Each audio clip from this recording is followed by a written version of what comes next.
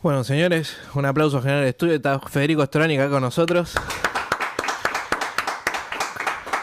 ¿Cómo estás, Freddy? Bien. ¿Bien? Tan modesto que yo no me aplaudo, ¿viste? No, ¿viste? Es raro aplaudirse. Es raro que te aplaudan, ¿viste? Yo personalmente no sé cómo reaccionar a los aplausos. Es como que te pone incómodo. ¿A vos te pone incómodo eso? No, sinceramente, qué sé yo, empecé de muy, muy joven por ahí a hablar en alguna asamblea y siempre, por lo menos, había un grupo de amigos que te aplaudían, qué sé yo. Bueno, eso está lindo que te aplaudan. ¿Siempre te aplaudieron? ¿O hay gente que te ha abuchado en algún No, momento había de tu gente que me vida? puteaba y en todos los idiomas, por supuesto. Cuando te digo de asamblea, de las que yo recuerdo, era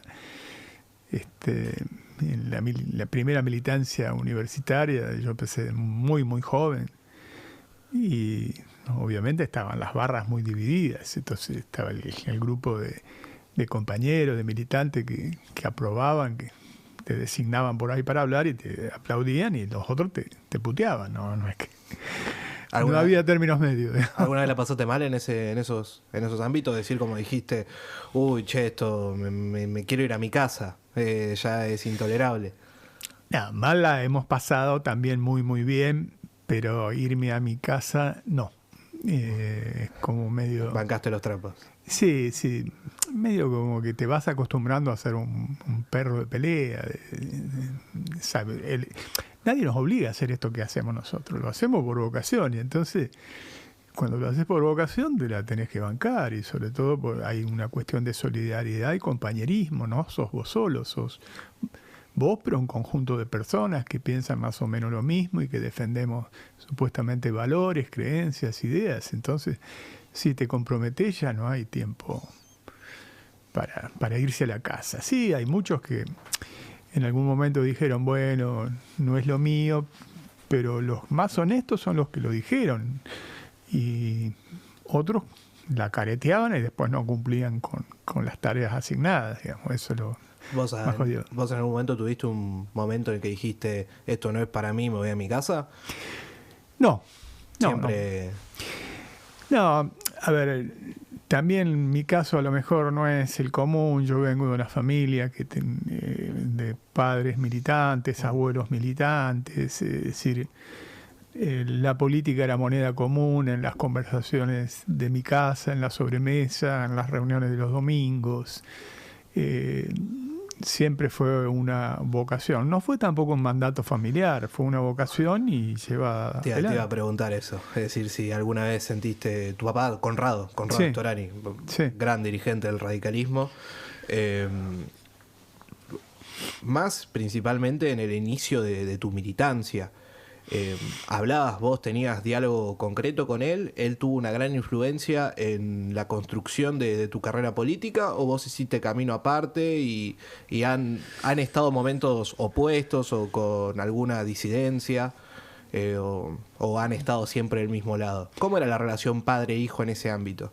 Bueno, empiezo por esto último. La relación era excelente, buenísima, pero por supuesto que hemos tenido disidencias importantes. Incluso te diría que el tema de que él proviniera de una militancia radical no siempre fue favorable, porque a veces no hay no hay peor astilla que la del propio palo, y nosotros, hablo en plural porque en general el sector en el cual yo hacía mi primera militancia era como muy crítico al partido en general.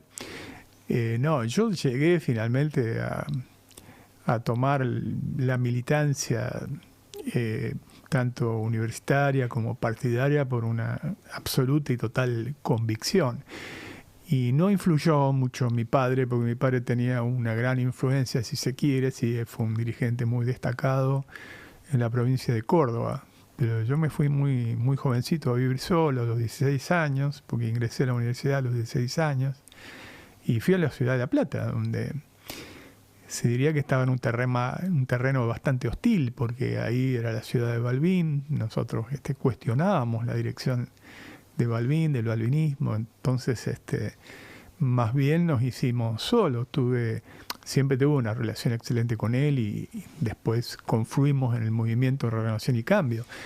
Pero antes del Movimiento Renovación y Cambio apareció la coordinadora, que es previo al Movimiento Renovación y Cambio, y ahí te diría que mucho más influencia del punto de vista de militancia personal pudo haberla tenido Sergio Karakachov en la ciudad de La Plata, por ejemplo.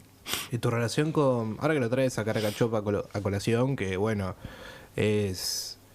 No sé si la idealización más grande que hay dentro de la militancia radical, principalmente para los jóvenes. Siempre hay una remera de la Franja Morada que atrás tiene tatuada la famosa frase de Karakachov de que un militante no es un héroe, y bueno, todo lo que difiere esa frase. ¿Qué significaba Karakachov para vos? Es decir, ¿cómo lo conociste? ¿Qué relación tenían? Y también cómo te enteraste de su fallecimiento. Bueno, varias preguntas. Fallecimiento no, perdón, asesinato sería mejor expresado. Sí, pero ahora te lo cuento. Yo voy a estudiar a La Plata y empiezo a ir a las primeras asambleas universitarias. Vos imaginate que eso estaba prohibida, la actividad política estudiantil, la actividad política en general. 67, 68, claro. ¿no? Entonces, era muy difícil, pero igualmente se buscaba el resquicio, la forma de poder hacerlo y de poder participar. Y en realidad yo no me vinculo primero con Sergio, me vinculo con Domingo Teruggi. ¿Por qué hago la relación? Porque finalmente a ambos los terminan secuestrando juntos. Eran socios después a la larga en su estudio jurídico, y los asesinan, los secuestran y los asesinan a los dos juntos, a Domingo Teruggi. Domingo Teruggi era de la ciudad de Lobería, la provincia de Buenos Aires. Su militancia no era radical, él militaba en el socialismo, pero la Franja Morada en ese momento era una agrupación, sobre todo la característica que tenía en la ciudad de La Plata era muy amplia, muy plural. Había desde radicales, socialistas, independientes y hasta anarquistas que tenían la influencia no de los anarcos truchos de ahora, sino del anarquismo, digamos, surgido en el Mayo francés del 68, claro. De Daniel Cohn-Bendit, sí, y de toda esa línea, ¿no es cierto? Sí. De prohibido prohibir, la libertad empieza con una prohibición, la imaginación al poder, etcétera. Claro. Todos esos grafitis del año 68 en esa enorme rebelión estudiantil que tomó muchísimas de las banderas universitarias de la reforma del 18, que muchos militaron con nosotros, algunos incluso también corrieron la desgracia de Karakachov, como Enrique Panconin, que estaba desaparecido, que era militante de ciencias económicas, y otros amigos con los cuales en su momento me tocó compartir la cárcel en Villa Devoto por la militancia universitaria. ¿Y cómo era Sergio? Bueno, Sergio tenía unos años más que nosotros, entonces cuando yo lo conocí a raíz justamente de Mingo, Teruggi,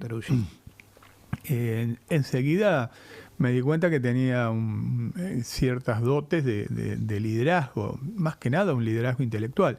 No era un tipo que fuera extremadamente carismático, más bien era un tipo muy sarcástico, era un ruso bien sarcástico, de eso que te metían chistes, joda, pero que te desnudaban con una de esas salidas, con una gran formación política. Él sí venía de militancia en la Juventud Radical, era muy crítico a la conducción del radicalismo a nivel nacional, a pesar de que tenía una relación personal con el hijo de Balbín, e incluso concurría bastante a la casa de Ricardo Balbín. Y nosotros nos fuimos formando alrededor del núcleo que él fue conformando, que se fue llamando después Movimiento Radical en Lucha. Incluso teníamos un periódico que duró incluso hasta su secuestro y asesinato, que se llamaba En Lucha, justamente. ¿Y cómo te enteraste primero del secuestro y del fallecimiento? Es decir, ¿ya estaban amenazados? Bueno, no era todavía el proceso, sino que era la época de la AAA. No sé cómo era esa etapa predictadura y la constitución y también la fuerza y la hegemonía de esa organización. Bueno, nosotros tuvimos amenaza durante el gobierno de María Estela Martínez de Perón con la AAA, sí. Pero cuando a Sergio lo secuestran y lo matan, ya era la dictadura. Ya estábamos en el proceso. Sí, porque fue en septiembre del 76. Yo estaba en una reunión de la Mesa Nacional de la Coordinadora, que funcionaba medio clandestinamente. Estaba en Santa Fe. Y recibí un llamado en el lugar donde estaba, que a Sergio lo habían secuestrado, junto con Mingo Teruggi. Sí. Podía pasar, porque la ciudad de La Plata fue una de las más castigadas en cuanto a la represión. La noche de los lápices. Sí. Y entonces, inmediatamente me tomé el tren de vuelta a Retiro. Y cuando llego justamente a Retiro, había dos personas que me estaban esperando en el andén. Una era mi padre, justamente Conrado Storani, y la otra era Leopoldo Moró. Mira. Y ambos me dan la noticia que Sergio había aparecido muerto en una zona aledaña a La Plata, cerca de Punta Lara, que lo habían asesinado. Y a partir de ahí se montó todo con un enorme riesgo, y vos imaginate lo que significaba eso en ese momento, la necesidad de hacer un acto de presencia, de marcar una presencia, a pesar de que el riesgo pudiera parecer como desproporcionado. Y fuimos entonces a la ciudad de La Plata, y a mí me tocó hablar en los balcones de la Casa Radical de La Plata, donde hizo un alto el cortejo fúnebre, y hablé de esos balcones, algo que después fue escrito en el diario En Lucha, que se llamaba Semblanza de un militante, ¿no? Y el cortejo después siguió hasta el cementerio de La Plata con provocaciones permanentes en el camino. Cuando digo provocaciones, los famosos Falcon que pasaban, merodeaban. Que pasaban, disparaban al aire también. Era bastante moneda corriente que, por ejemplo, cuando ibas a algún velorio y demás, a la salida te secuestraran también. Eso ocurría. ¿Y nunca hubo miedo por parte de la organización en ese sentido? Es decir... Claro, ¿cómo no va a haber miedo? Digo, no sé, están organizando... Es porque básicamente me estás planteando un acto político en plena dictadura y con un simbolismo importante. Claro, pero esas cuestiones sí se habían debatido. Se había debatido algo así que se llamaba algo como teoría de los puntos límites. Que a pesar del riesgo que fuera totalmente desproporcionado, en algunos momentos había que marcar sí o sí una presencia, porque si no es como que te hubiesen ganado, te hubiesen hecho... Como si te hubiesen borrado. Borrado, hecho desaparecer. Entonces el riesgo había que asumirlo, y un poco a mí me tocó, siendo muy joven, tomar la posta del liderazgo de Sergio. Claro. Entonces, bueno, el que se tuvo que subir al balcón y hablar fui yo. Por supuesto que eso duró muy breve, porque después había rápidamente que irse, esconderse, hacer una suerte de exilio interno. ¿Vos estuviste exiliado internamente? Y sí, yo vivía más bien acá en Capital, y me iba a La Plata y me reunía en forma casi clandestina, se puede decir, con los amigos de militancia. ¿Y en ningún momento te pararon? O, es decir, yo me acuerdo que hay una anécdota que me han comentado de que en un escrutinio en la facultad dice que salen de las urnas amenazas de muerte. Vos estás en esas amenazas de muerte. Pero eso fue antes. Eso fue con la AAA. No mucho antes. A lo mejor un año antes. Un año antes. Un año antes estábamos justamente en el escrutinio de la Facultad de Derecho. Y una de las boletas que sale del escrutinio tenía el emblema de las 3A, Alianza Anticomunista Argentina, y 3 cruces. Una cruz era de un militante en ese momento de la Juventud Peronista, que era Achen, de apellido, el otro era Miguel, de apellido, y el tercero era yo. Y a los 2 o 3 días a Achen y Miguel los matan, los secuestran y los matan. ¿Te imaginás que claro, yo era el número 3? No era que era joda o alguien que se le ocurrió hacer un chiste de poner una boleta de esas características. Claro. Entonces nosotros sí teníamos algunas precauciones de organización, teníamos algo así como grupos de autodefensa, algunas casas de ¿Qué sería el seguridad. grupo de autodefensa? Tipo, ¿tenían un 38 cada uno por si te venían a buscar, una cosa así? Yo no diría cosa muy armada, pero sí normas de seguridad. Claro. Normas de seguridad porque nosotros claramente desde el punto de vista ideológico planteábamos que estábamos en contra de la lucha armada, Sí. porque considerábamos una concepción vanguardista, pero teníamos que defendernos, porque un poco la consigna era, si te vienen a buscar con esos famosos Falcon de civil y demás, sos boleta seguro, entonces es preferible resistir que morir entregarse. luchando. Claro, exactamente, un poco esa era la consigna. Y había algunas casas en algunos lugares de la provincia de Buenos Aires que eran casas de seguridad. Yo fui por un tiempo a una de esas casas después de eso. ¿Y dónde era esa casa? Bueno, ahora se puede decir. Ahora se ¿no? puede Sí. decir, el Mar del Plata. Ah, bueno. ¿Has ido a la costa o no? Directamente estabas atrincherado en la... Estaba cerca de la costa, estaba en Cabo Corrientes. Ah, bueno. Bueno. Sí. Interesante. Bueno, no es interesante. ¿Qué épocas? Diría. Y... Sí, de la época donde uno ya tenía casi el tic de sentarse en un rincón, de mirar permanentemente. Tipo, volver de una reunión a hacer 30 vueltas para llegar. Exactamente, hacer caminos irregulares, demorar un poco. Las normas de seguridad que te instruían, además de alguna mínima instrucción en la utilización de... Las normas de seguridad, ¿quién las organizaba? ¿O era una cosa que salía del sentido común de cada uno? No, había un instructor. Ah, Había un instructor. Pero la gran salvaguarda que nosotros tuvimos es que solamente permitíamos que hubiera cuadros que integraran los grupos de autodefensa a aquellos cuadros políticos que fueran muy bien formados políticamente, ok. para caer en lo que nosotros llamábamos desviaciones militaristas. Entiendo. Es decir, que hay algunos que le gustaban, qué sé yo, los fierros. Claro. Entonces se enamoraban de los fierros. Digo, muchachos, calmémonos. Claro, y entonces había que tener primero una dosis de comprensión política y fundamentalmente era para la defensa principalmente.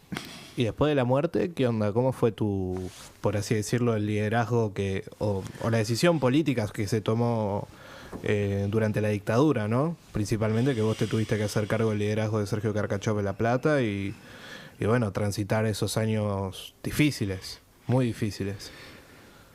Bueno, no fue fácil, yo era muy joven. ¿Cuántos años tenías? ¿Te acordás?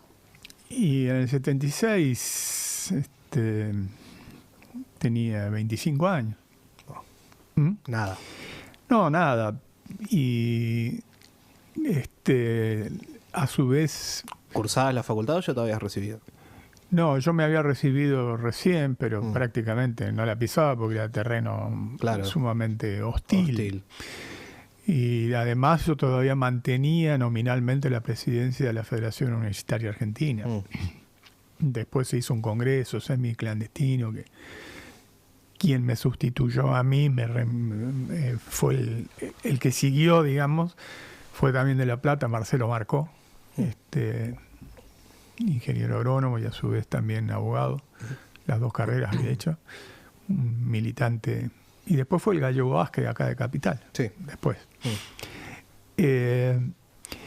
Y entonces lo que hacíamos era simplemente buscar con las mayores normas de seguridad posible, porque nunca había del todo, lugares para reunirnos, hacer análisis, ver los documentos que podían sacarse, algún tipo de propaganda.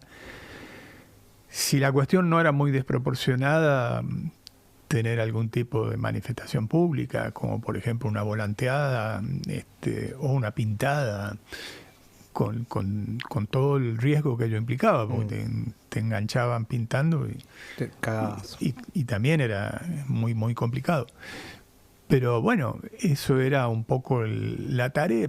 Había una metáfora que usábamos, nosotros decíamos en esa época, sobre todo al principio del 76, después del golpe, y después que pasó esto de Sergio Karkachov, de Mingo Teruggi, que dejábamos un periscopio arriba y mirábamos y cómo estaba el terreno.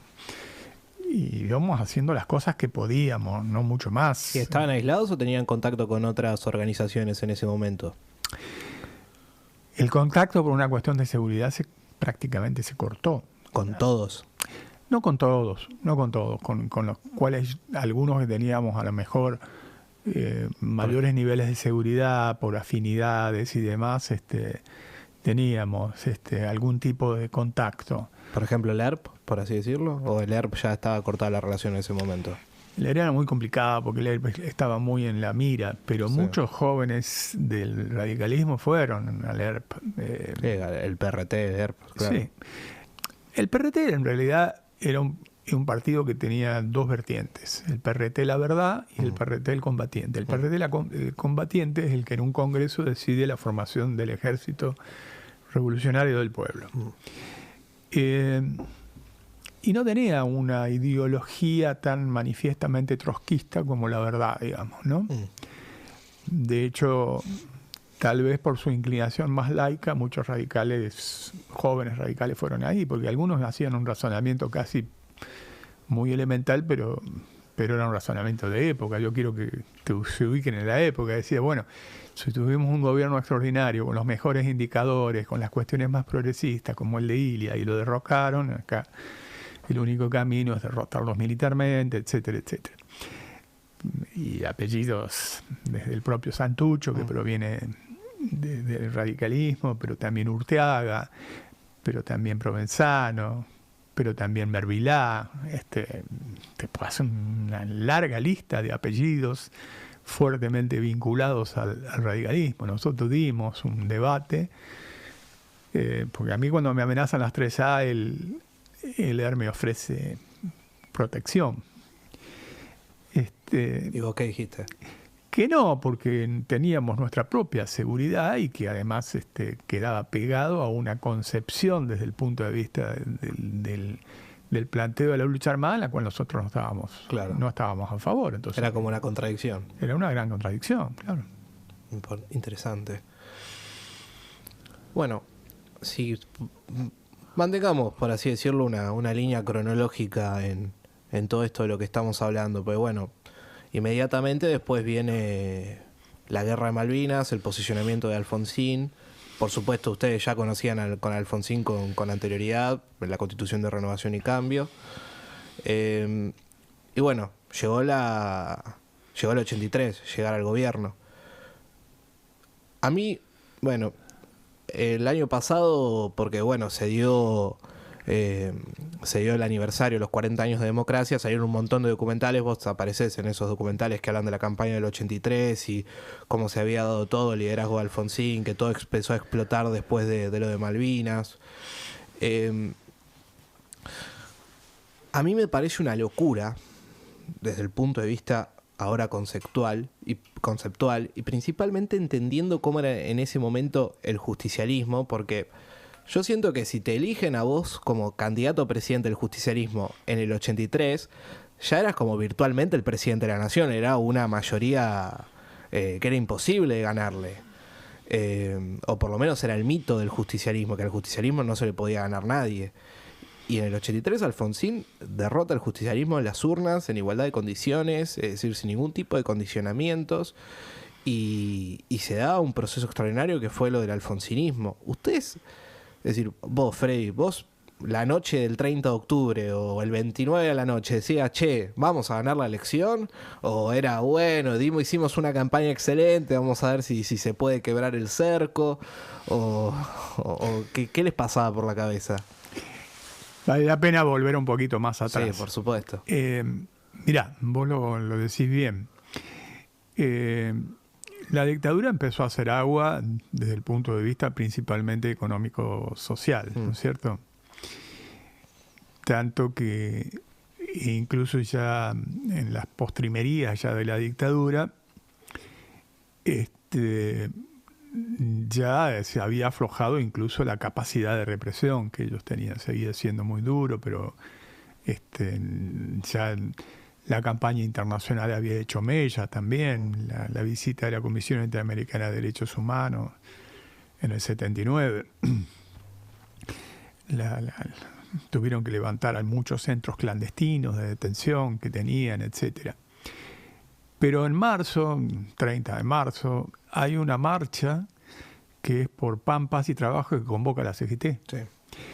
a la cual todos nosotros participamos. Estoy hablando del 82. Fue unos días antes de la declaración de Malvinas, ¿no? Bueno, claro, exactamente. Cuando nosotros participamos orgánicamente en esa marcha, el secretario general de la CGT era Saúl Ubaldini. Fuimos a la marcha como partido, como la coordinadora, etcétera. Y esa marcha fue duramente reprimida en Plaza de Mayo y en todas las plazas del país. Y a propósito de esto que vos decís, 2 días después se produce el desembarco en Malvinas, en abril, el 2 de abril. Y la misma plaza que estaba llena para putear a los dictadores, estaba llena para avivar la recuperación de la soberanía territorial. Mucha gente se confundió, muchísima gente se confundió, incluso dentro del partido. Y hubieron algunos que no se confundieron en cuanto a que la reivindicación era totalmente legítima, no hay duda, pero que eso era un manotazo de ahogado de una dictadura que ya estaba haciendo agua desde el punto de vista económico-social y que buscaba una causa popular justamente para ganar popularidad. Y el más prominente de todos esos dirigentes que no se confundió y que levantó la cabeza y que denunció esto fue Raúl Alfonsín. Ese fue un punto de quiebre importantísimo. No fue el único, porque nosotros tenemos una declaración que siempre la valoramos, la tenemos como oro, recuadrada y demás, de abril del año 82. La vieron, ustedes la vieron. En el año 82 hicimos una reunión en Necochea donde acompañamos la posición de Alfonsín. Es decir, estuvimos en contra.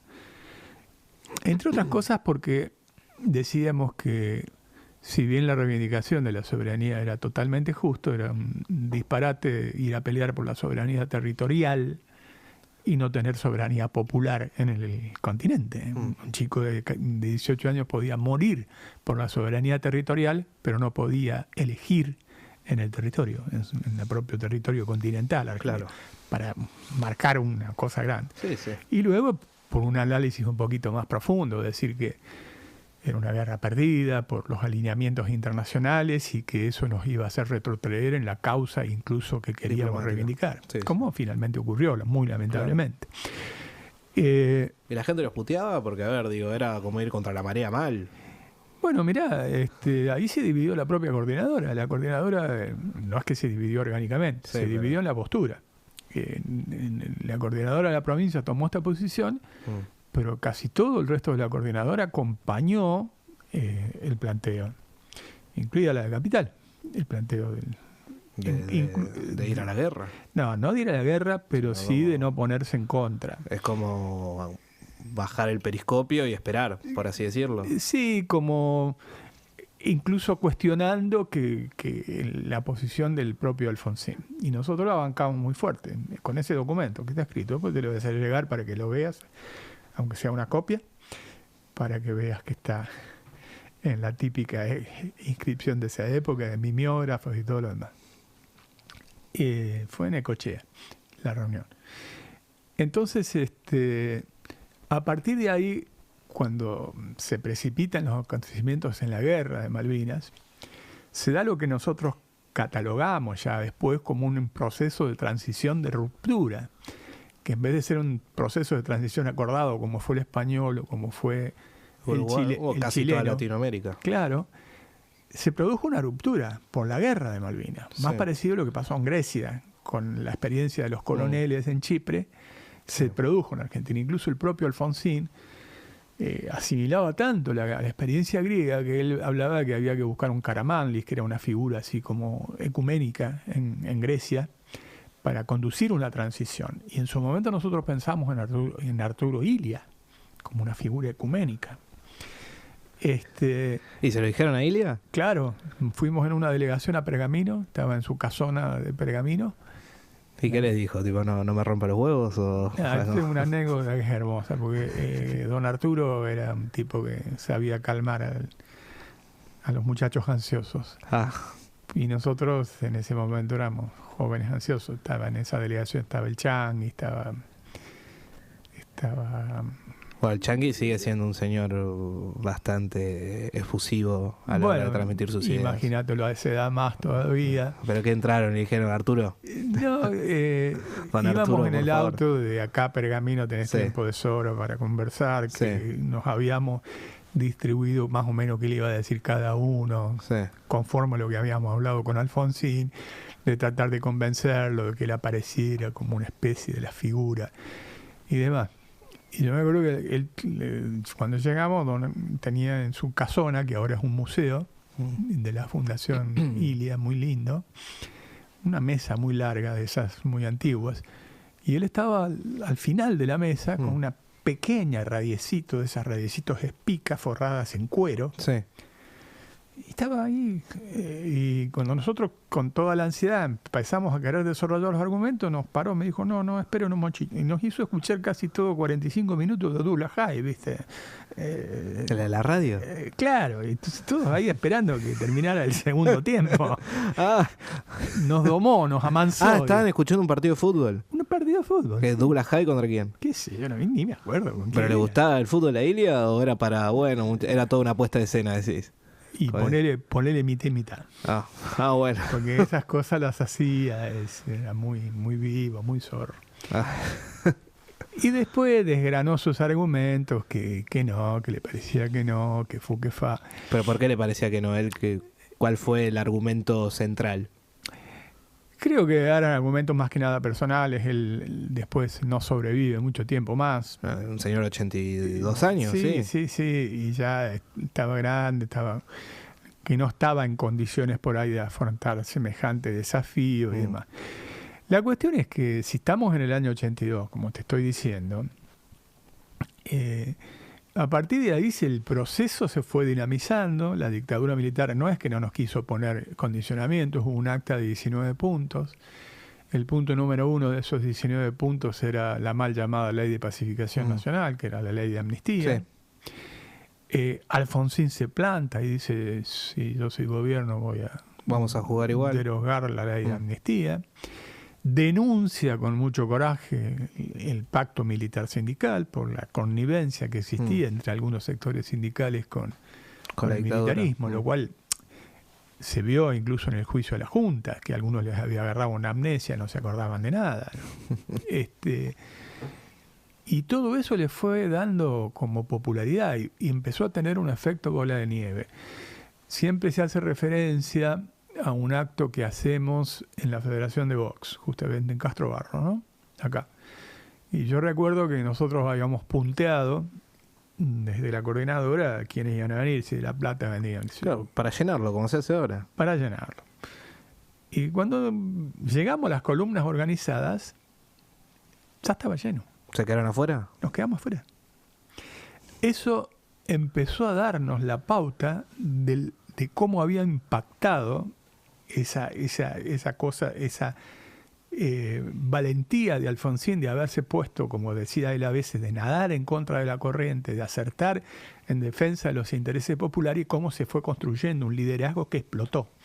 A partir de ahí tuvo el efecto como una bola de nieve, fue creciendo, porque 20 días después hicimos un acto en el Club Atenas de La Plata, donde yo tuve el honor de hablar con Alfonsín, y nos pasó lo mismo.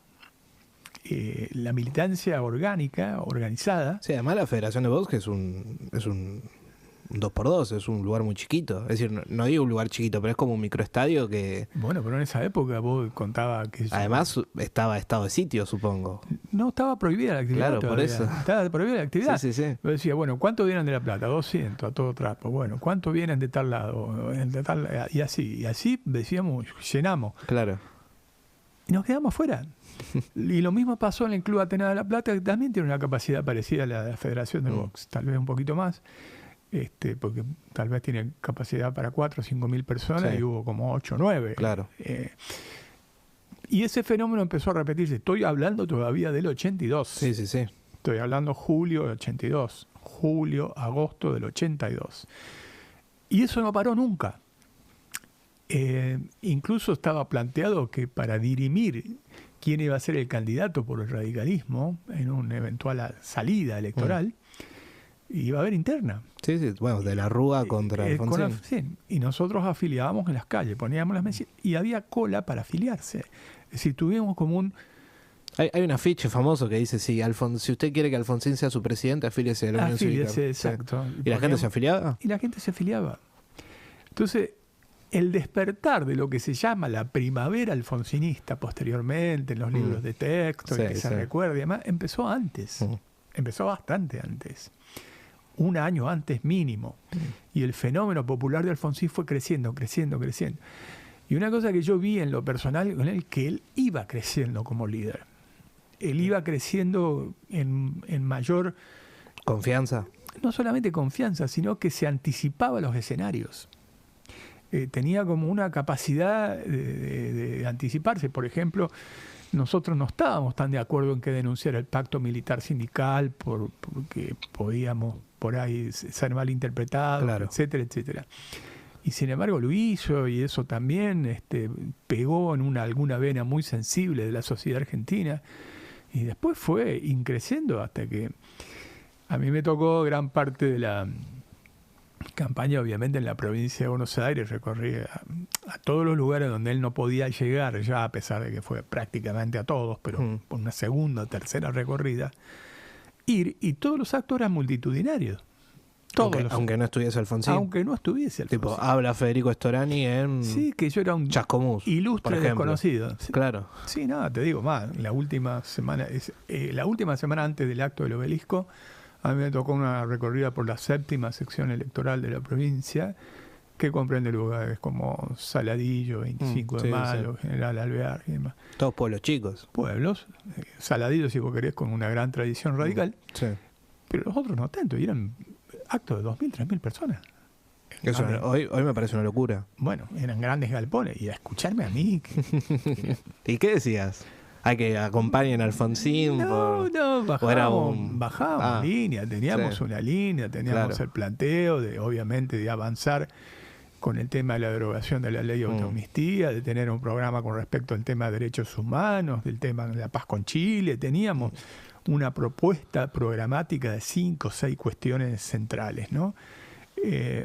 Que era la línea, obviamente, que tenía Alfonsín, y que nosotros un poco repetíamos como podíamos, como nos rebuscábamos. Y vos de ese acto me estás diciendo que es una campaña, es decir, no es una campaña, es una semana más o menos antes del acto de la 9 de julio. Del acto de la 9 de julio. Que ese no fue el cierre fue en Rosario. El cierre fue frente al monumento en Rosario. Pero yo ya ahí...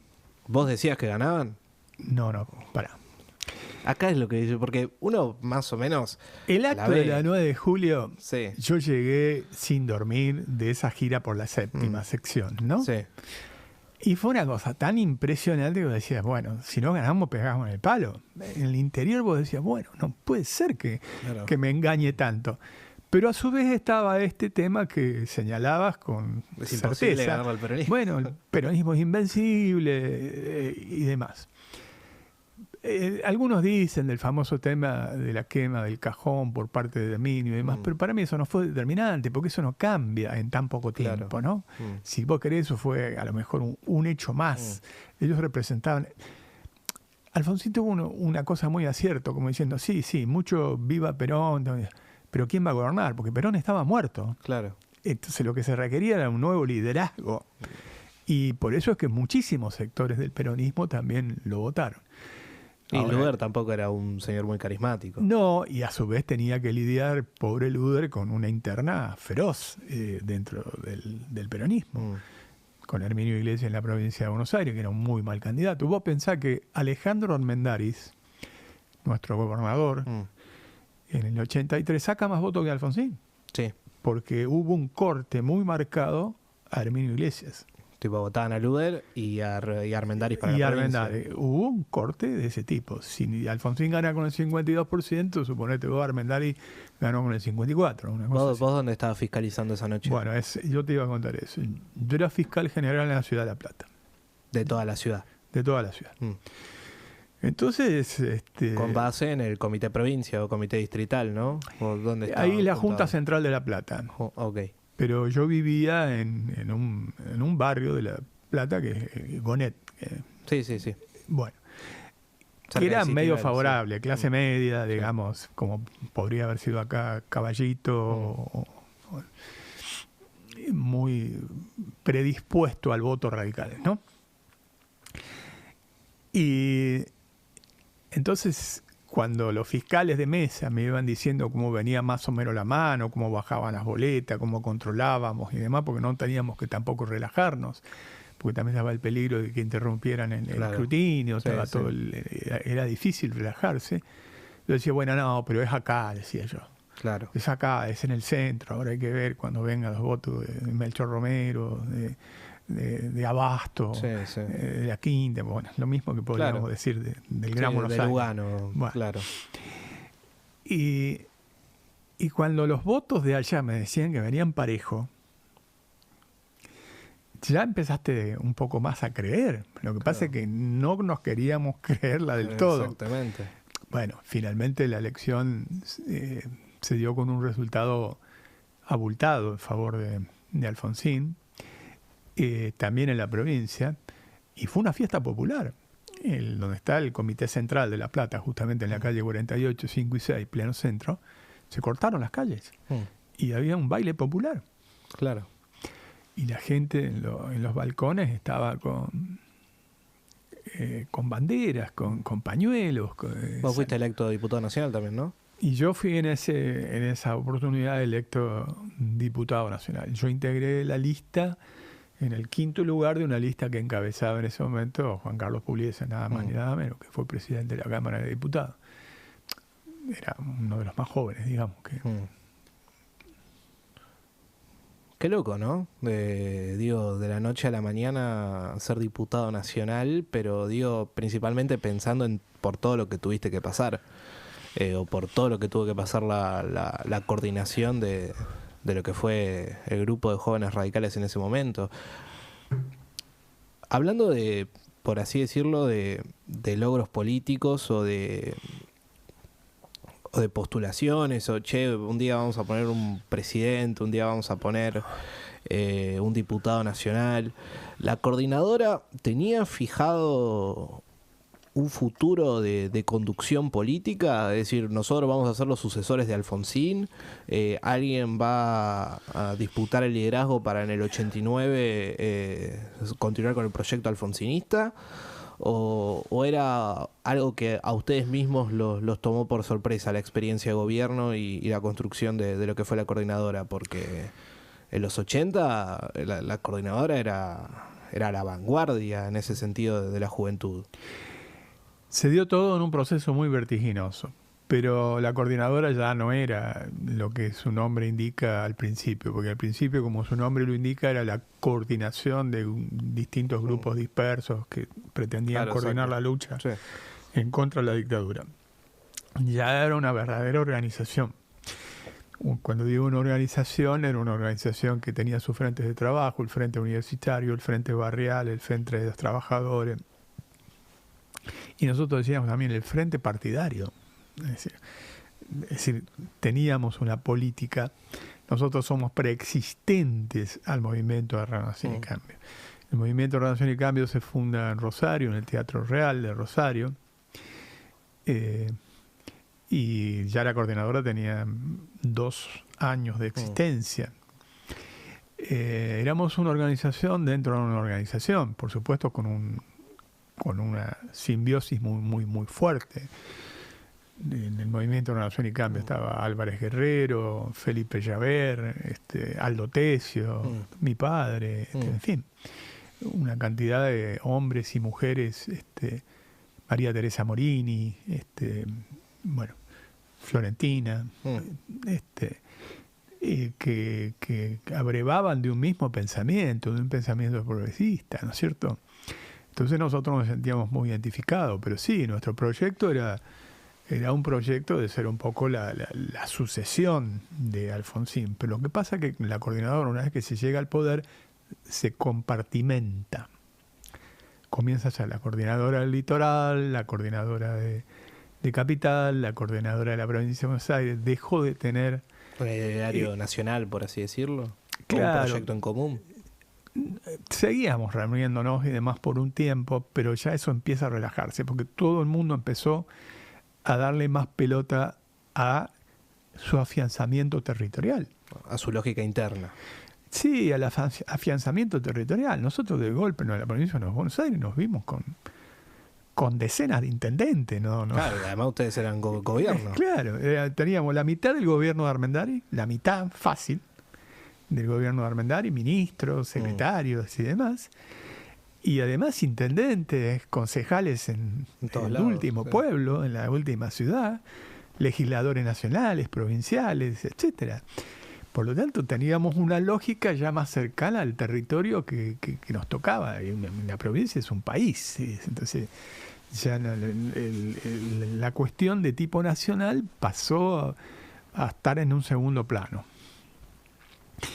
Y bueno, y no hubo un hecho que dijera se disolvió la coordinadora, no hubo una decisión de tal manera, se fue dando de esa manera. ¿Vos no ponés una fecha clave como diciendo a partir de este año o a partir de este suceso político se terminó? No lo pongo. No lo pongo. Hubieron algunos atisbos, creo que el Changi un poco atemporalmente pretendió disputar el liderazgo y en ese momento no había cómo. ¿No había un líder de la coordinadora, un tipo con mayor relevancia por sobre todos ustedes? No de la manera que existía el liderazgo de Alfonsín en ese momento. Claro. ¿Entendés? Entonces era un poco absurdo plantear un cuestionamiento de eso. Obviamente el secretario general era el Changi, yo era secretario de Organización Nacional de la coordinadora, había otro que era de Relaciones Internacionales, otro de tal cosa, en fin. Pero más bien los liderazgos eran regionales, eran provinciales. Caudillismos. Bueno, a mí me tocó liderar en la provincia de Buenos Aires durante un tiempo largo. A una generación además que era muy joven y que coexistía con lo que era el movimiento de Renovación y Cambio de los históricos, como se le decía en ese momento, los históricos versus la coordinadora. Conrado Storani y... Bueno, no, pero tantos otros, que el propio... Jarlaski. Bueno, que venía de Entre Ríos, pero en la provincia de Buenos Aires había un montón, muchos de ellos eran diputados nacionales, que Balbino Zubiri, el gringo Dició, tantos, ¿no? Que también fueron diputados nacionales junto conmigo. ¿Y el 87 cuál es tu análisis? Porque el candidato para continuar el proyecto de Armendáriz era Casela. Casela no era de la coordinadora, era de Renovación y Cambio. Casela era de Renovación y Cambio. Se podría decir que era el grupo de los históricos, de esa generación intermedia. Pero no tienen más o menos la misma edad que ustedes. Es un poco mayor. ¿Un poquito más? Sí. Es un poco mayor, pero no mucho. Puede tener la edad del Changi. Claro. Yo era menor, digamos. Pero no veían, por ejemplo, supongamos, si Casela le ganaba a Cafiero, ¿no veían la construcción de ahí en más al 89 como decir, che, estamos fuertes, podemos poner el presidente de la nación? Sí, porque además Casela había tenido un muy buen desempeño como ministro de Trabajo. Entonces eso fue lo que primero fue electo diputado nacional. Sí. En la misma lista que entré yo, fue diputado nacional. Fue un diputado nacional destacado y luego Alfonsín lo convoca como ministro de Trabajo. También tiene un buen desempeño. Obviamente que si Cachi hubiese ganado el 87 en la provincia de Buenos Aires, se catapultaba como un liderazgo muy importante. Bueno, no ocurrió. Perdimos esa elección lamentablemente y eso fue un golpe. Esa fórmula fue compuesta por el Renovación y Cambio Histórico con Cachi y el vice era Pocio, Osvaldo Pocio, que era de la coordinadora. Y se perdió por bastante, va. No por mucho. Perdimos cerca, pero perdimos. Sí. ¿Ustedes pensaban que la ganaban? Pensábamos que iba a ser una elección pareja y fue pareja, pero ya empezaba a notarse algún desgaste del gobierno. Claro. 87, habían pasado 4 años en la cuestión económico-social. Entonces el plan austral ya no está. Claro, no estaba exactamente. andando. Entonces Porque en el 85, que fue la elección de medio término, Ahí arrasó el rey. arrasó el radicalismo en todo el país. Fue un triunfo mucho más amplio que el 83. Más parejo, más homogéneo. Sí. Eso es tremendo. Uh-huh. Pasa el 89, se pierde la elección. Después vienen otros sucesos, la convertibilidad, el menemismo, pero voy a retomar una cosa. El Marcelo Stubrin nos visitó hace un tiempo, compañero de la coordinadora. Sí, claro. Y nada, estábamos hablando sobre el Pacto de Olivos. Marcelo dijo que para él el Pacto de Olivos fue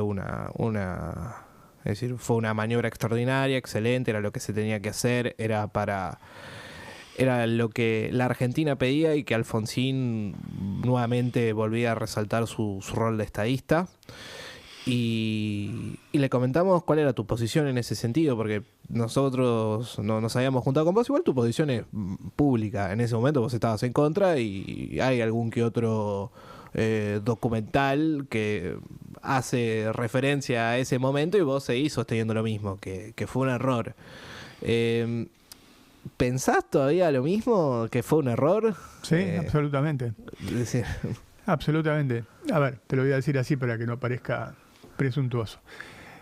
En el 100% de los debates, ponele vos que Alfonsín haya tenido la razón en el 99%. En ese 1, concedenos que nosotros podemos haber tenido alguna razón. Y en ese 1 está, desde mi punto de vista, que nosotros no nos equivocábamos cuando evaluábamos el efecto que iba a tener el Pacto de Olivos en la sociedad. Nosotros, que era la CON en ese momento, ¿no? Claro, ya era la heredera de la coordinadora de la provincia transformada en CON, digamos, ¿no? ¿Y por qué? No era por el contenido de la reforma. El contenido de la reforma había sido largamente analizado, deliberado, desde el Consejo de Consolidación de la Democracia, que Alfonsín había constituido de manera plural. Por lo tanto, no era que yo estaba en contra de la figura del jefe de gabinete, o en contra del tercer senador, o en contra de... Algunas cosas se quedaron a medio camino. El jefe de gabinete, por ejemplo. Pero no era por una cuestión de contenido. El planteo nuestro, que además lo dije en la Cámara, no es que lo dije solamente en un documento, lo dije en la Cámara como legislador, era que nosotros íbamos a desaparecer como opción verdadera de oposición. El gobierno de Menem tenía una tendencia muy clara a la hegemonía. Hegemonía y corrupción. Clara corrupción. Frivolización de la política, farandulización de la política. La famosa pizza con champán. Bueno, a ver, el propio Alfonsín decía: cuento los días para que se vaya el gobierno más corrupto de la historia. Esas son palabras de Alfonsín. ¿Y hablabas con Alfonsín sobre este tema? Bueno, hablamos una semana antes que él nos sorprendiera con el tema del Pacto de Olivos. En una reunión que se hizo en Plátanos, me parece.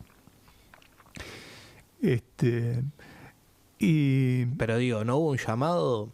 No. Che, después de que pasó Raúl, vos me dijiste que ibas a hacer una cosa y terminaste haciendo otra. Bueno, justamente, que era el gobierno más corrupto de la historia, que contaba los días para que se fuera, cosa que estábamos totalmente de acuerdo que era así, porque además la reforma del Estado era sinónimo de privatización a como de lugar.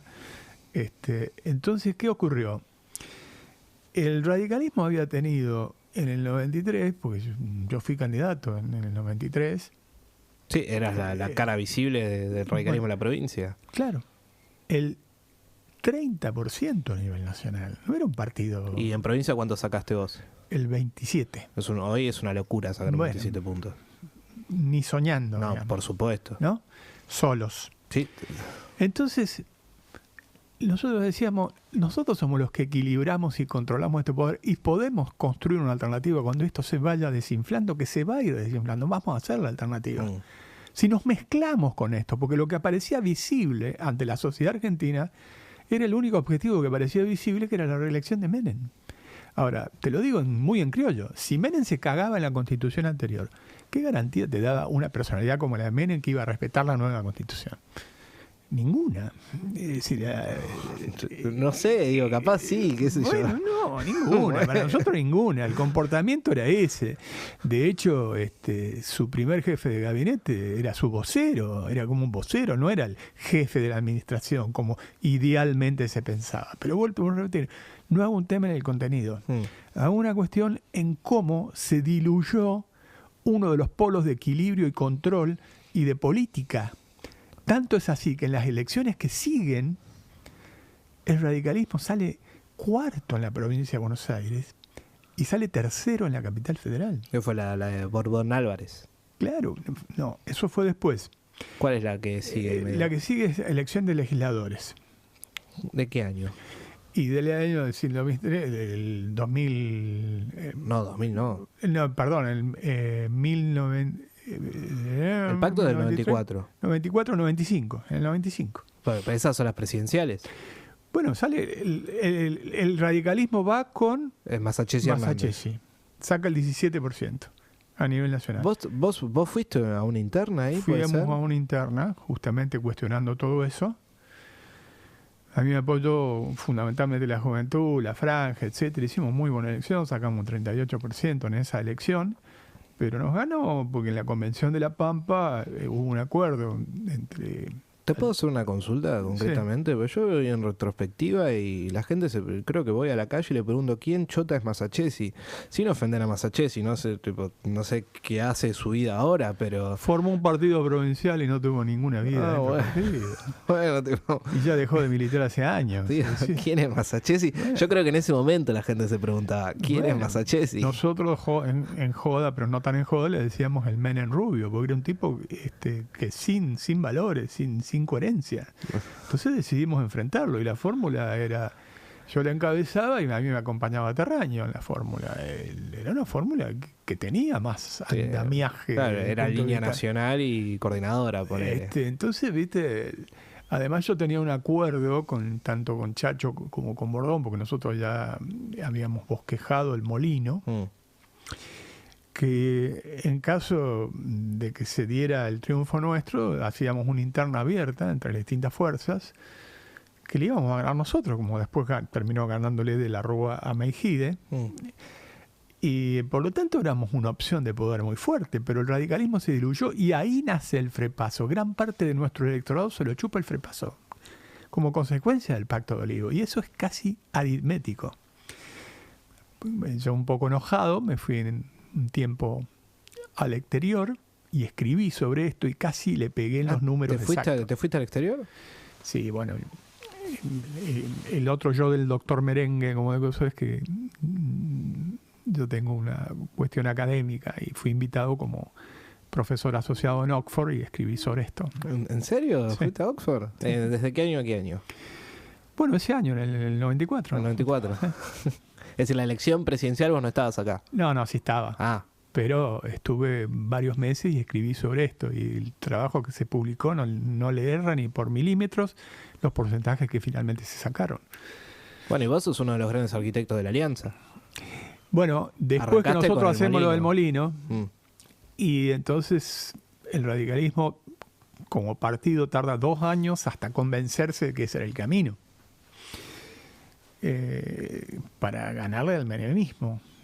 Lo que nosotros pensábamos en ese momento, que a lo mejor el gobierno de la Rúa iba a ser un gobierno más bien de transición y que lo íbamos a poner una impronta, si se quiere, más afín, más progresista y más transversal de construcción. Bueno, obviamente no fue por la historia que todos conocemos, ¿no? ¿Viste diciembre de 2001? ¿La serie? Sí, la vi. ¿Qué te pareció tu personaje? Bueno, es al principio, pero es al principio cuando dice un poco la verdad. Yo me fui porque ya se había hecho incompatible en mi permanencia. ¿Te imaginás que para mí fue muy doloroso irme porque yo creía en el tema de la alianza? Pero lo que pasa es que primero venía el ajuste de López Murphy y después el desembarco de Cavallo. Y igual, era incompatible con la permanencia. Hoy te lo digo con el diario del lunes. Pues bueno, también hay que entender ese momento. Vos terminaste siendo ministro del Interior de ese gobierno. Claro. Y vos y De la Rúa no me parecen personalidades muy, como por así decir, no te digo que son como el agua y como el aceite, pero trayectorias políticas diferentes. Entiendo que De la Rúa fue un gran jefe de gobierno, era la única persona que le podía ganar a Menem, a Duhalde, o que podía tener aspiraciones presidenciales. ¿Pero a vos te parecía una persona con la personalidad necesaria para conducir una política de gobierno o un proceso de transición? De la Rúa fue la continuidad o un mayor ajuste de lo que había sido la política económica o el plan macroeconómico que se había planteado en el gobierno, porque Machinea no fue algo diferente a lo que se venía haciendo hasta ese momento. Mira, te lo dije antes, es decir, nosotros lo vimos a eso como una transición que fuera, digamos, asfaltando el camino, la posibilidad de una alternativa más adelante, más en consonancia con nuestros planteos.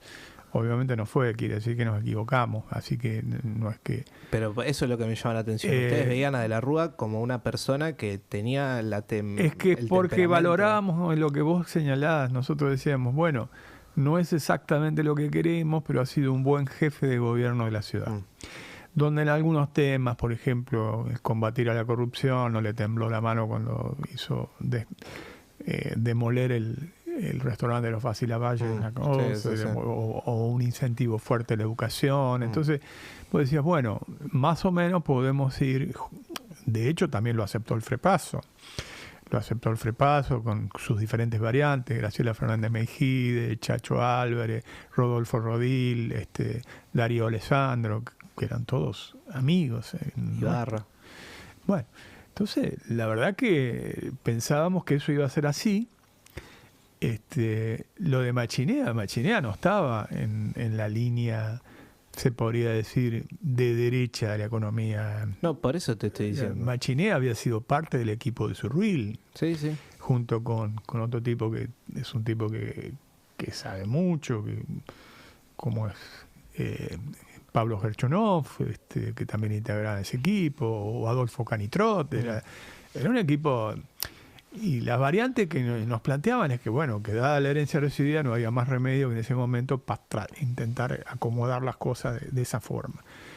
Se le fue yendo de mambo porque la convertibilidad terminó siendo una trampa. La convertibilidad terminó siendo, al principio, un instrumento que servía para combatir la inflación, como fue. Eso encantó, enamoró a grandes sectores de la clase media. Pero en el mediano plazo terminó siendo un corset a políticas de crecimiento, de desarrollo, que requería permanentemente la alimentación de divisas, de dólares, para poder subsistir. ¿Y en ningún momento pasó por la cabeza, cortemos el chorro con esto? Sí, lo planteamos, algunos debates en Olivos, y nos acaban cagando, éramos muy minoría salir de la convertibilidad. ¿Quiénes eran los mayores defensores? Digo, pasó mucho tiempo, yo creo que ya se puede decir, pero ¿quién era el mayor abanderado? En general el equipo económico decía que no había condiciones para salir de la convertibilidad, que no había condiciones. Obviamente yo no estoy en condiciones técnicas para discutir. Pero políticamente... Pero políticamente yo decía, bueno, esto nos lleva... Y de hecho lo terminaron llamando a Cavallo para decir, con la cosa absurda, traigamos al loco que armó la bomba para que desarme la bomba. Y terminó en tragedia a fines del 2001. Para nosotros eso se hizo absolutamente incompatible y algunos nos habíamos ido ya. Hablando de gente que se fue, vos tenías relación con Chacho Álvarez y con Bordón. Bueno, Bordón después tuvo otro tipo de trayectoria, pero con Chacho más o menos vos y Chacho transaron es decir, realizaron un trayecto político similar durante los 90, bueno, fueron dos grandes personalidades importantes en lo que fue el tramado de la alianza. ¿Alguna vez hablaste con él o te dijo, o no sé, lo llamaste después de muchos años y dijiste, creo que me des unas explicaciones porque ¿por qué carajo te fuiste del gobierno? No se las dio a nadie. No se las dio a Rodolfo Rodil, que era su íntimo amigo, no se las dio a Darío Alessandro. Ellos vinieron a verme a mí, que yo era ministro del Interior en ese momento, diciendo, a ver, lo único que nos queda es nuclearnos con vos, porque Chacho no nos atiende el teléfono. Él creyó que hacía una especie De con esa 17 de denuncia octubre, del 17 ¿decís? de octubre, que algo que se fantaseó con eso. Pero después lo curioso y que no imperdonable desde el punto de vista de la falta de visión política es que después él termina queriendo volver con Cavallo. Que bueno, pero vos no lo llamaste en ningún momento. No, a esa altura del partido yo ya estaba recontra caliente con la actitud que le había tenido, porque Los había cagado. nos había herido muy fuerte, porque realmente ese golpe fue muy difícil de asimilar. Que te renuncia el vicepresidente. Igual Empezó todo con un tema del anónimo ese famoso que después se hizo, el tema de la Banelco, del pero tema. vos decís que él... Yo tengo mi postura, tengo mi idea. Sí. Nosotros le invitamos a Chacho Álvarez a venir acá, Sí. conseguimos el teléfono, y él dijo que de ninguna manera, porque él no sale más en medios de comunicación, es decir, no aparece nunca más. Después, bueno, él... En eso ha sido coherente, porque hace mucho que no lo veo a ningún lado. Sí, bueno, pero después aceptó embajadas y... Eso sí, bueno, fue embajador en el Mercosur y por todo lo supuesto, ¿no? demás. Sí. Es decir, como diciendo renuncio al cargo, pero no a los honores de tenerlo en un futuro. Para mí, él no sé si se asustó o dijo, che, esto es una cagada, esto va a terminar muy mal, prefiero inventar cualquier tipo de excusa, irme al carajo y bueno, besito, chao, chao y les deseo lo mejor. Bueno, no sé si habrá sido tan así, pero evidentemente se manejó con un círculo muy, muy pequeño, porque te vuelvo a repetir, incluso sus espadas más notables, tipos que yo respeto mucho, como Darío Alessandro, que era presidente del Interbloque en ese momento, o por ejemplo Rodolfo Rodil, tampoco le perdonaban a Chacho esa deserción, digamos, ni a Bralde, García Fernández Meijide. Todos ellos se quedaron en el gobierno. Hablando de grupos internos, hablemos del grupo Sushi. ¿Qué onda Federico Storani su relación con el grupo Sushi? Que básicamente eran los All Blacks del gobierno de la Alianza.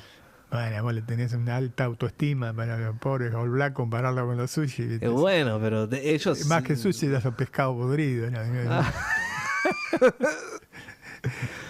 A ver, yo creo que era un grupo muy amateur, muy improvisado, generado alrededor del hijo de la Rúa, Antonito, y de algunos más.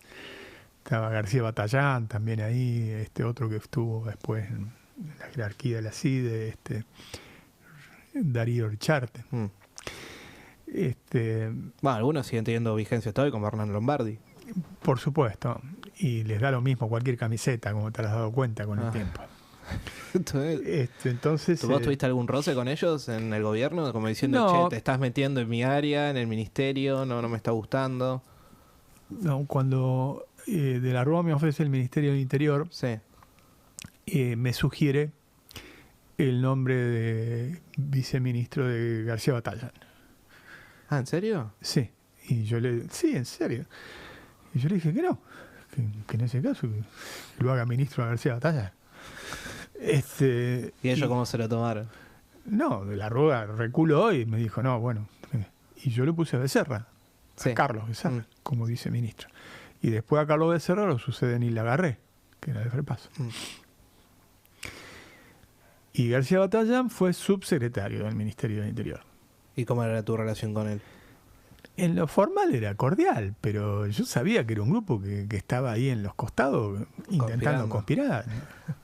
Y que tenían una relación muy, muy fluida, porque también integró parte del grupo Sushi en su momento. Bueno, ¿qué grupo no integró? Patricia Bullrich.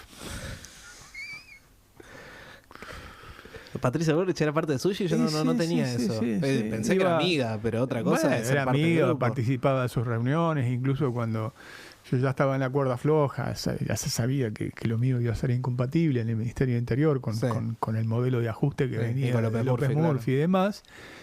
La tenían en el banco masajeándola para ponerla a Patricia Bullrich en mi reemplazo. ¿Tenés alguna anécdota así que digas? Vos compartiste gabinete con Patricia, claro. Claro, sí, ya era ministro de Trabajo. Y bueno, sí, claro, porque ya no se hacían más las reuniones de gabinete en la Casa Rosada. se hacían en la jefatura de gabinete con Cristian Colombo. Que Cristian Colombo, la verdad que la piloteó dentro del quilombo, Sí. la verdad que le puso garra. Y bueno, las discusiones con Patricia eran achitizas. Yo le decía, pero ¿vos crees que nosotros vamos a ir a salir? En ese momento el Ministerio del Interior tenía mucho fierro, en el sentido que tenía las tres fuerzas de seguridad. Sí. Tenía la Gendarmería, la Prefectura, la Policía Federal, además de todo lo que tiene, la relación con las provincias y demás. Era el ministerio fuerte.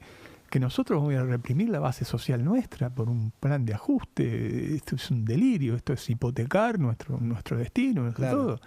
Bueno, intenté por todos los medios torcer la voluntad del presidente, no lo conseguí, y el día que yo le voy a presentar la renuncia, entonces estaba con Patricia Bullrich, él. En su oficina. En su oficina. Y como ella no se iba, porque tiene la cara como una bigornia, digamos. Pero para. Vamos a ponernos en contexto. Vos tocaste la puerta, ahí de... Sí, caliente como una pipa, porque ya llevaba porque de la Rúa me pidió deberes primero. Ok. Que si yo alineaba la mayoría de los diputados, los senadores y las provincias, él podía considerar un cambio en la política, en el plan económico. Claro. Hice todos los deberes. Traje el 99%, pero los diputados, los senadores, y aún así me dijo, no, pero yo ya tomé la decisión. Entonces, ¿para qué mierda me hizo laborar, no? Claro. Entonces, y encima, cuando voy a presentar la renuncia, estaba Patricia Bullrich sentada.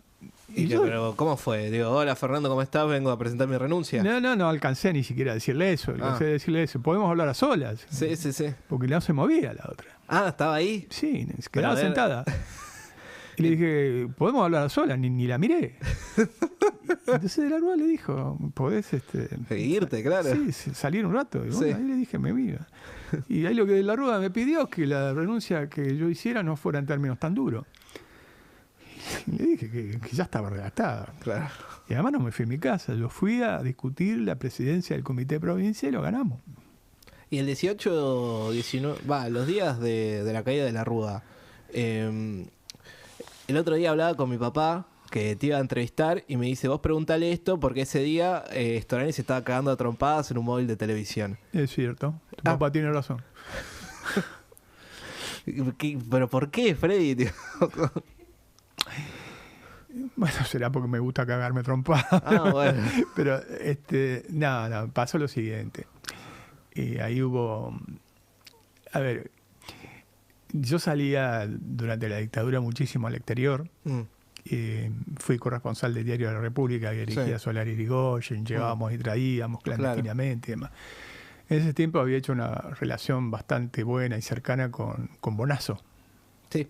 Bueno, que él estaba exilado en México, ¿no? Entonces teníamos una buena relación. A mí me invitan, yo ya no era funcionario, yo me había hace meses, yo ya era crítico del gobierno y demás. Y converso amigablemente con Bonazo antes de mi participación en ese programa. Y cuando estoy yéndome del programa, veo por el monitor que está hablando Bonazo y me está matando, bajándome la caña, pero despiadadamente. Sí. 5 segundos antes estaba hablando conmigo. Y además con toda esa historia que te digo, volví.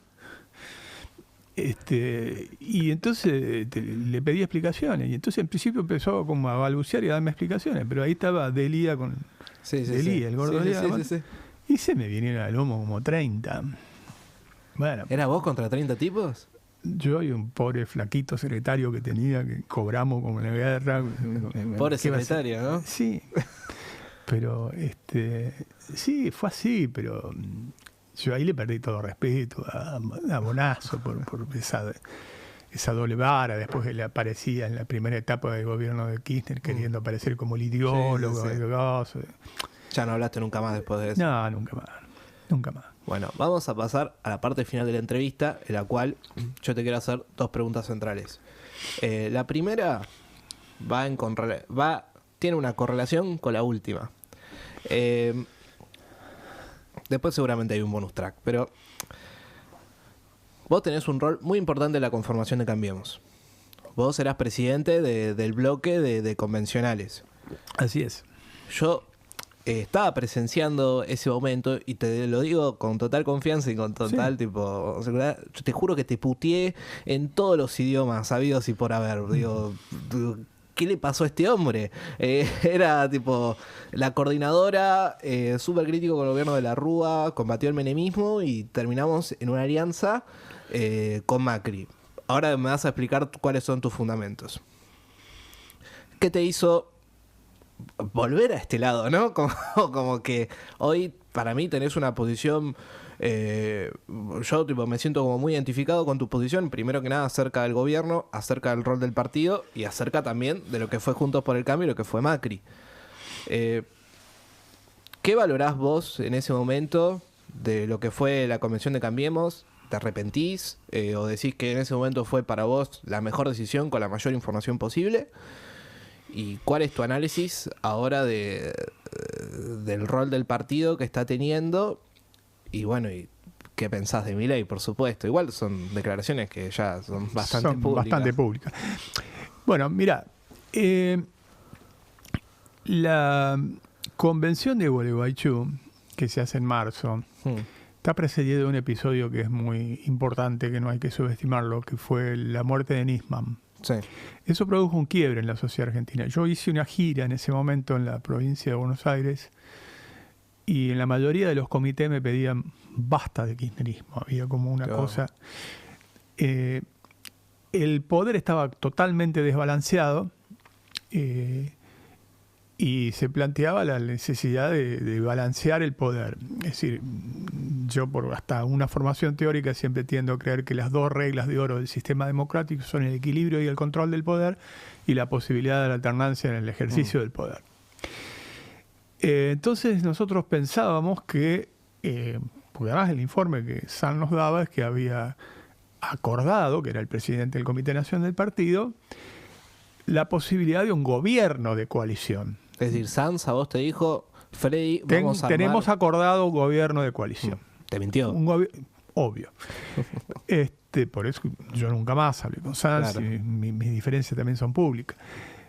Porque una cosa es una coalición electoral y otra cosa es una coalición de gobierno. Una coalición de gobierno vos tenés un ámbito de discusión de las políticas públicas, donde algunas cosas tenés que ceder, otras no, pero tenés una incidencia. Tenés una participación. ¿No es cierto? ¿Cómo fue la alianza? Bueno, eso no existió. La convención la ganamos. Vos no te olvides que en ese momento Cristina había ganado la última elección con el 54% de los votos. El segundo había sido Hermes Wiener con el 17%. Eso se trasladaba al Parlamento. Pero ya el relato kirchnerista era bastante mentiroso en muchos aspectos, incluso en muchas de las cuestiones económicas y sociales. Era con una tendencia hegemónica. Yo estoy siempre en contra de los sistemas hegemónicos porque tienden al autoritarismo y a la corrupción. Miro mucho el ejemplo de los estudios comparados del Partido Revolucionario Institucional de México, que es partido dominante, partido hegemónico, en lo que se transformó. El ímpetu revolucionario de los mexicanos duró hasta la presidencia de Lázaro Cárdenas, después se vació, se burocratizó y demás.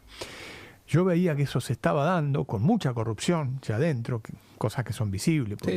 Los bolsos López no los inventé yo, la Rosadita no lo inventé, y todas esas cosas no las inventé, eran parte.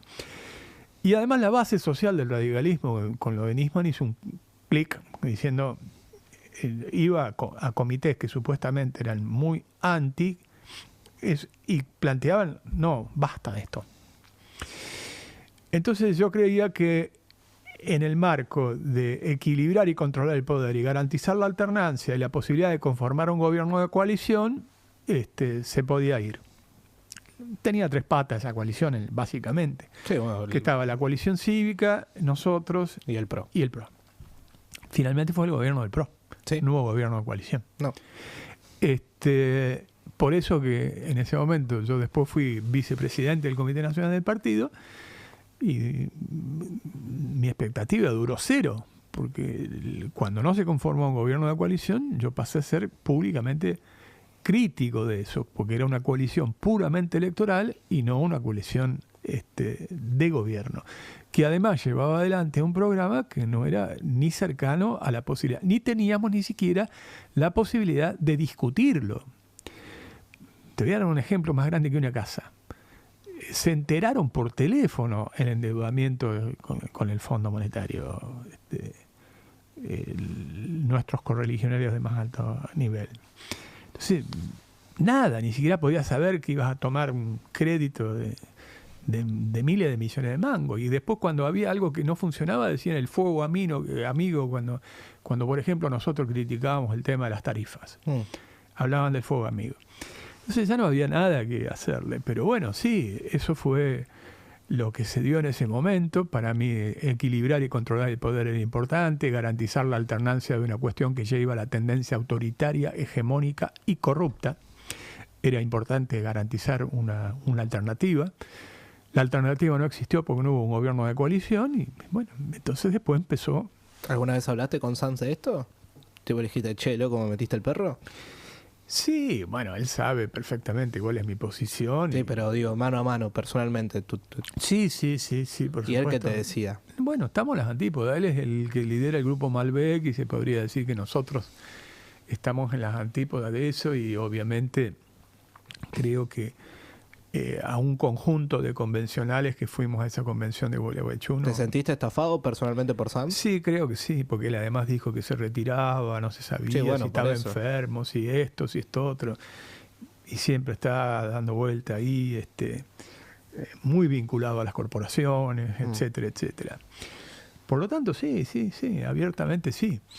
Entonces, bueno, sí, puede ser un error político en su momento de evaluación bajo estas condiciones objetivas. Ah, sí, obvio, por supuesto. Yo te lo digo con el diario el lunes. Claro, ahora yo creo que en ese momento había que equilibrar, había que controlar, había que garantizar la alternancia, había que intentar una coalición que saliera, que no iba a ser la panacea, pero que nos permitía salir de un relato que también era complicado, de que bueno, el kirchnerismo era el dueño de todos los derechos humanos, de cosas, que todos nosotros no habíamos existido, también era una cosa muy sectaria, muy soberbia, ¿no? El pecado de soberbia estuvo muy fuerte en el kirchnerismo.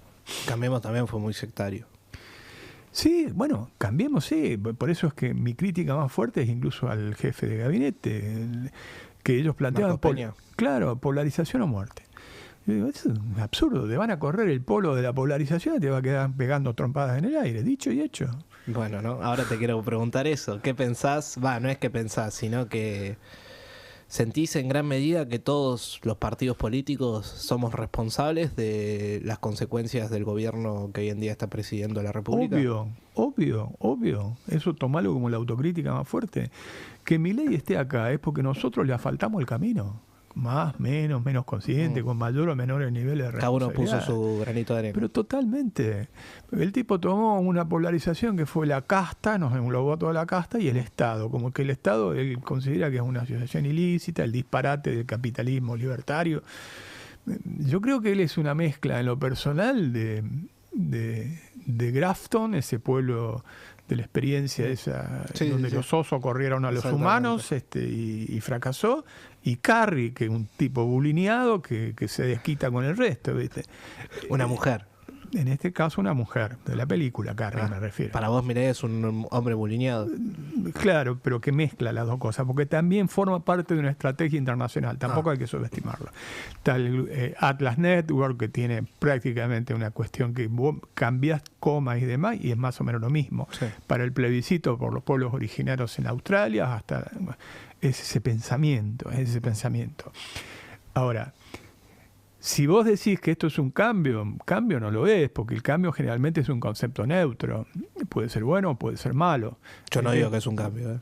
Por eso, es muy malo. Bueno. Si generalmente lo del cambio se asocia a lo nuevo, no es nuevo, porque esto le corres una coma, le pones un punto, y lo mismo que hizo Martínez de Oz, lo mismo que hizo Menem Cavallo, lo mismo que intentó hacer Macri.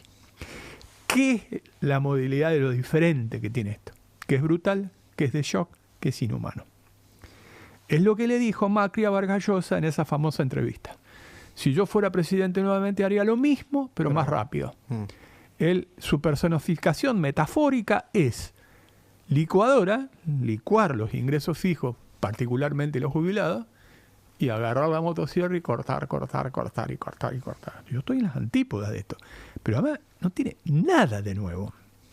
Es el mismo experimento neoliberal que ya fracasó 1000 veces en la Argentina de mano de una concepción autoritaria. Porque el diseño institucional es un estado de excepción, facultades delegadas, sustentado en un protocolo de seguridad, el protocolo de seguridad, para reprimir la protesta social. No para que no se molesten los porteños porque les cortan las calles. Es fundamentalmente para reprimir la protesta social cuando esto se ponga mejor. Y la Argentina es un laboratorio de experimentación social y político. Entonces, eso es lo creo que yo en lo que estamos. Eso expresa una extrema derecha, de la repartija de la extrema derecha mundial, nos tocó el peor. El más ignorante, el más bruto y el que ni siquiera tiene rasgos de nacionalismo. Porque Bolsonaro, al ser presidente de una nación importante y del partido militar, viene de un planteo más desarrollista en lo militar. Trump, de última, defiende el cinturón del óxido a los trabajadores porque compite con la República Popular China. Exactamente, Detroit. Este tipo no. Este tipo no tiene nada, absolutamente nada. Va a Davos y dice que el capitalismo y el mercado es una creación divina. Y se morfó el esclavismo y el feudalismo en el medio. Entonces, la verdad que estoy en las antípodas. Y creo que en esto, lo digo a mis amigos, y demás, hay que ser intransigentes hasta la exageración. Si te pasás de intransigente, hay que ser, porque el péndulo va a volver.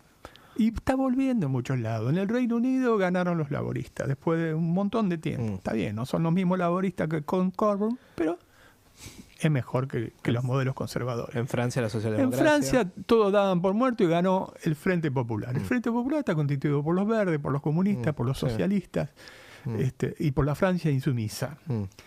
En Italia todo el mundo habla de Meloni. Meloni sacó el 28, pero el Partido Democrático, cuya base es el Partido Comunista, sacó el 24. No está allá lejos y hace tiempo. Por lo tanto, ¿para quién laburás vos? O seguís la corriente, hay que darle tiempo, los instrumentos, para que te corte la cabeza, para que te mate y demás, o te plantás. Eso es el tema. Última pregunta, y con esto cerramos, que es la pregunta bonus track, ya que me la dejaste ahí picando, hablando del tema de darle tiempo, ¿no? Y en cierto punto ser muy condescendiente con la política del gobierno. Si yo te voy a nombrar gente, te voy a nombrar nombres, y vos me vas a decir, no sé si adjetivaciones, pero cortas y concisas. Desde tu esfera íntima, personal, o desde lo que vos quieras transmitir políticamente. Martín Lustó. Bueno, Martín Lustó, yo veo que en general ha tenido algunas actitudes que son positivas. Por ejemplo, el tema de votar en contra del decreto de necesidad de urgencia y en votar en contra de la ley bases, presentando un proyecto alternativo. Muy en soledad, creo que debería construir más abiertamente, apoyarse también en otros sectores. Pero lo pongo más en el haber, digamos. Rodrigo de Loredo. Bueno, lo bautizó la sabiduría popular. Sorete, y nosotros le agregamos llorón. Porque él llora por las causas exactamente contrarias por las cuales yo lloraría. Él llora porque no le pudo dar una ley que es nefasta para los intereses del país, y yo lloro porque se la dieron a esa ley. Mauricio Macri. No, Macri es parte del Partido Conservador. El Partido Conservador es Petri, Bullrich, todo esto de Loredo y demás, que tiene un sesgo fuertemente autoritario, y él quiere aparecer como la variante moderada, que haga el laburo sucio y aparecer él después como la variante moderada. Pero no hay que dejarse engañar, no hay que comerse ese amague una vez más. Macri es eso, representa esos intereses. Alfredo Cornejo. Bueno, no, es parte del Partido Conservador. No, bien, no, listo. No es más un correligionario. No, es parte del Partido Conservador. Ok, perfecto. Y la última, Cristina Fernández de Kirchner. Bueno, Cristina Fernández de Kirchner, yo creo que ella tuvo una gran oportunidad si hubiese intentado hacer una cuestión de una base de sustentación más amplia, menos sectaria, menos soberbia, pero le ganó más eso, el sectarismo y la soberbia. pero tiene todavía un rol. De todas maneras, creo que la polarización no viene tanto por el lado de ella, viene más por el lado del gobernador de la provincia de Buenos Aires, que gobierna un país, ¿no? Bueno, nada más que eso, Freddy. ¿La pasaste bien? Muy bien, hemos conversado muchas cosas, por supuesto que muchas son opinables. No, por supuesto, que tranquila. Diste tu punto de vista. Es mi punto de vista. Genial. Muchísimas gracias, Freddy. Gracias a ustedes.